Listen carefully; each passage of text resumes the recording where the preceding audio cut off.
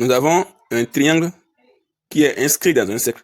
Ce triangle, nous connaissons l'angle d'un sommet et le côté opposé à cet angle. On demande maintenant de déterminer le rayon R du cercle circonscrit par deux méthodes. La première méthode, nous allons appliquer la loi des sinus.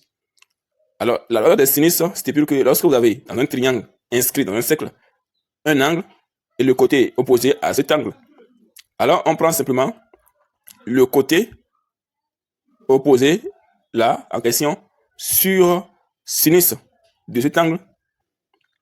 Donc sinus de 60 degrés est égal à 2 fois le rayon. Cette formule, j'ai déjà démontré dans cette vidéo que vous verrez sur la chaîne. Et de là, on a déjà pratiquement tout. On peut simplement faire produire des expressions de produits moyens. Donc on peut dire que ça fait 2 fois R sinus de 60 degrés est égal à 6. Alors que sinus de 60 degrés, ça fait racine carrée de 3 sur 2 est égal à 6. On peut simplifier les 2, donc ça va nous donner R racine carrée de 3 est égal à 6. On va tirer le R qui va donner 6 sur racine carrée de 3.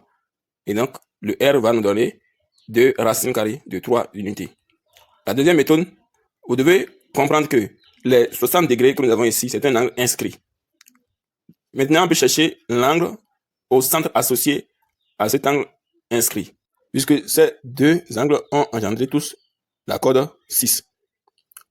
D'accord? Maintenant, il y a une relation entre l'angle inscrit et son angle au centre associé.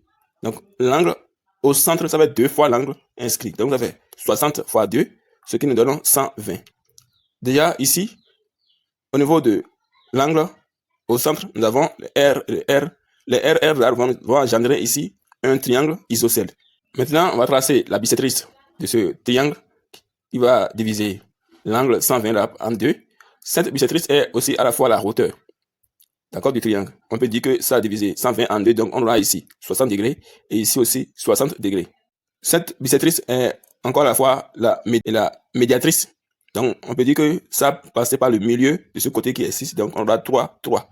Maintenant, on va considérer ce triangle, d'accord, engendré par la hauteur de ce triangle isocèle et appliquer la trigonométrie. Donc on dira que sinus 60 degrés, ça fait côté opposé, qui est 3 sur R.